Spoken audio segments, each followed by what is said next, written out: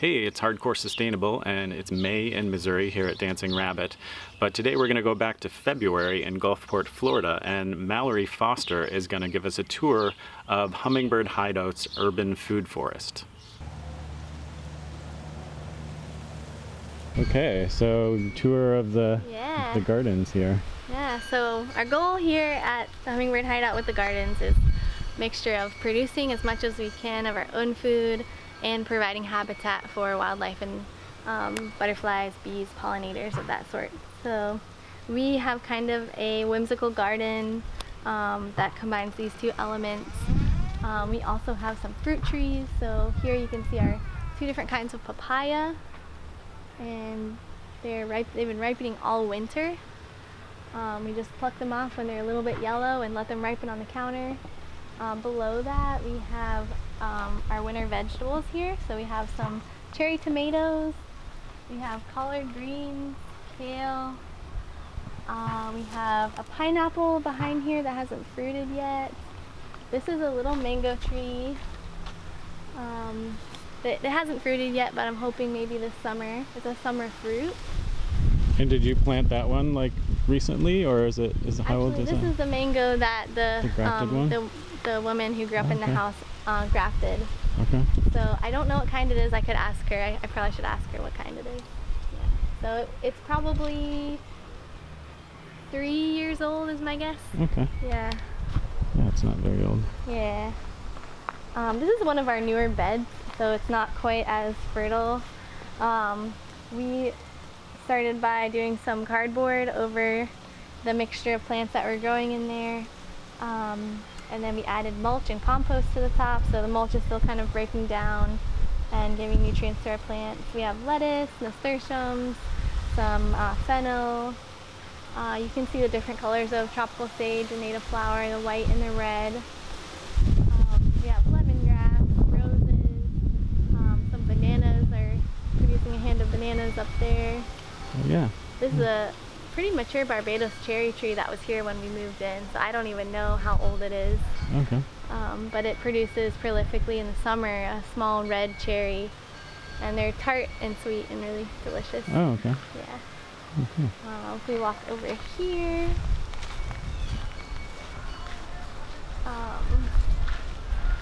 this is the cacao tree I was telling you about with the longer leaves. What is it called? Cacao. Oh, cacao. That's the cacao. Okay. So it's a little damaged because it really doesn't like the cold, and we've had a little bit of chills this winter. Yeah. Probably down into the 40s, but nothing below that so far.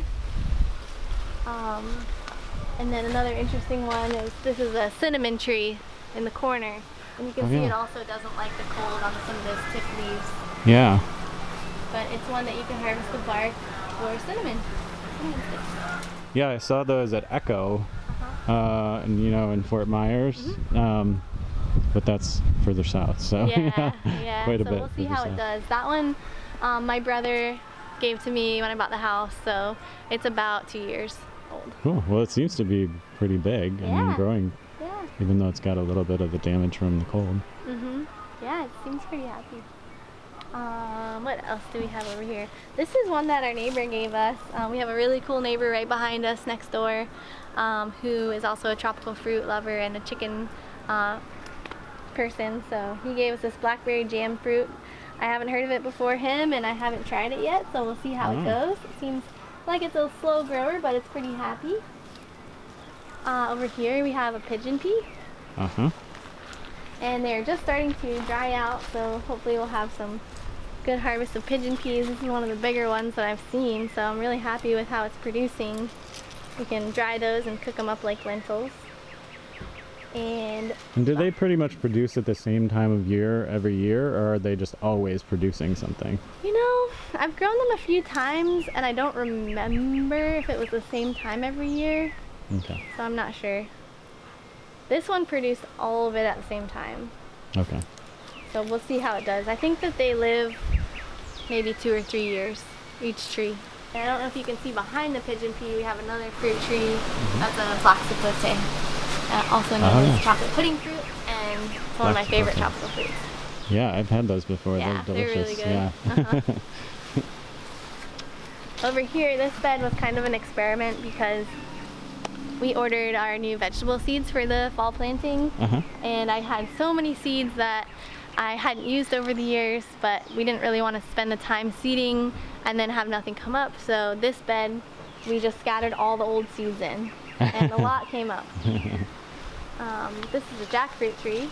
Oh, great. Yeah, it froze back last year all the way to here, but then it came back. Oh, So- it froze, really? Yeah. Okay. Well, it was cold damaged. It didn't actually freeze. Although, yeah, I think it got down to like 28 a couple nights last winter. Wow. So it wasn't happy. This is a Rollinia tree, and it's something of a big star fruit that's yellow. I mean, not star fruit, sugar apple. A big sugar apple that's yellow. And this we grew from a seed because those ones I think are pretty good from seed. Wow, it must grow fast then. Yeah, it's been here over a year, so they do grow pretty fast. From a seed that is only maybe a couple years old? Wow, it's amazing. Yeah. Things grow really fast here in Florida. Yeah, things tend to, I think, because it's so tropical that if it doesn't grow fast, it gets overrun by other stuff that's going to grow fast. Yeah. This is a Meyer lemon? Yeah, Okay. Meyer lemon.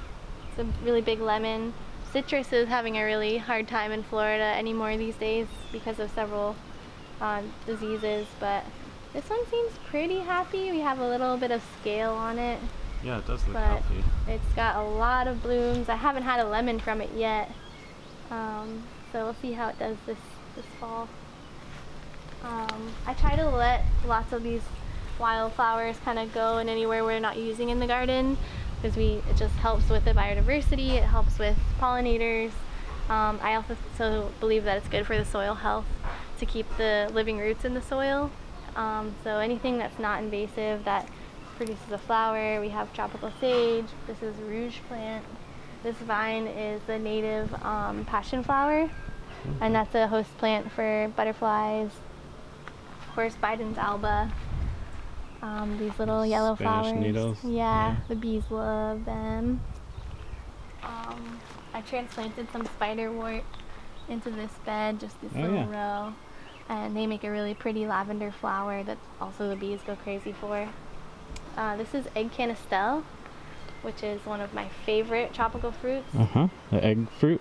Yeah, and I love those too. Me too. This one's a little bit slower growing. It's been here probably a year and a half, but it was maybe this big when I planted it. Okay. So, but it seems really healthy and happy. Next to it here are some volunteer Everglades tomatoes. So they're a tiny cherry tomato. You can kind of see one right there. Look at that. But we actually climb underneath the bush to pick them because the way that they hang, they're kind of hidden from view. But if you go and stick your head underneath, you can see them all hanging down and get them that way. And are they really sweet or something, or Yes, what? Yeah. they're very sweet. This one here is called Matingia. It's called Muntingia. Muntingia, okay. Common name is strawberry fruit, and it's about the size of a blueberry, red fruit that tastes like cotton candy. And this grows extremely fast. I planted it here because in the summertime, the sun sets on this side of the yard. And we have this big window on this side of the house, and the sun would just beat into that window. So I wanted a fast-growing shade tree. So I planted this Muntingia here not even a year ago, and it just grows really fast. So it shot up. It looks like it. It grows fast, but it's a little bit brittle. So if we get a hurricane, we'll have to maybe trim it back. But it's really delicious fruit. And then next to it, the smaller tree is a yerba mate tree. Yerba mate. Yeah. So I want to make some yerba mate tea from it, but I have to figure out how to process it because I tried just drying it and making the tea, and it was not good. So I think you have to bake it or smoke it. Okay. To make it taste good. And this is a little Atimoya tree that the community garden wasn't using. They gave to me, so Nice. it's another type of sugar apple that is supposed to be the most delicious. So we'll see. Yeah. Yum.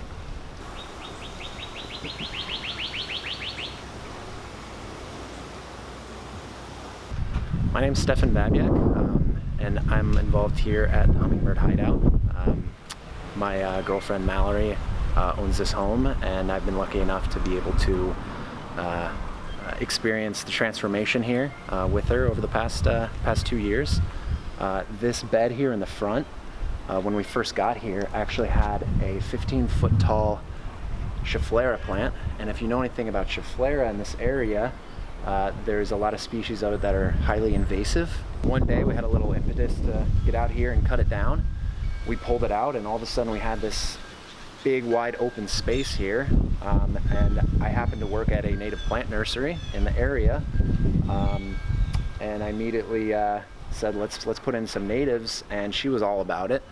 You know, you plant native plants for a lot of different reasons. You know, obviously habitat, different types of critters, pollinators, birds, all those types of things are going to use native plants much more readily than anything exotic.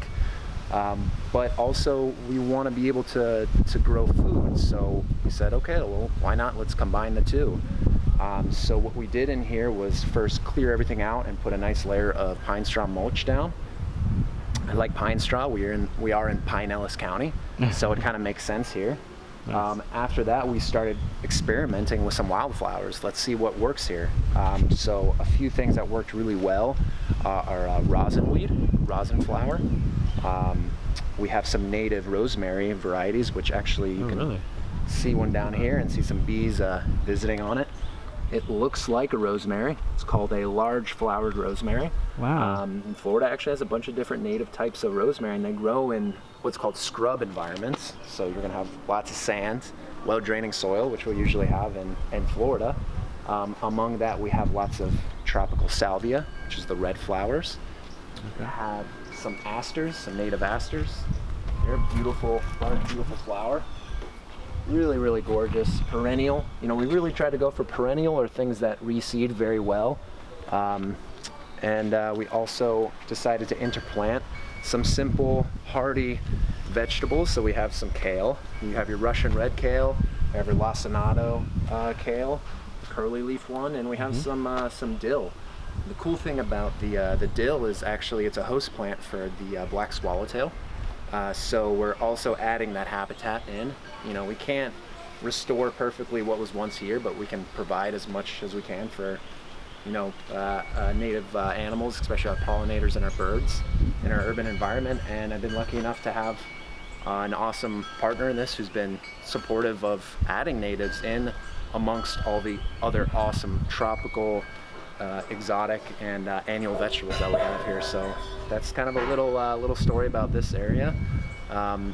Yeah, thanks for coming and checking it out. Yeah, and you said you have a YouTube channel too, then? I do. Okay. It's going to be Stefan Babiak, Stefan, and then Babjak.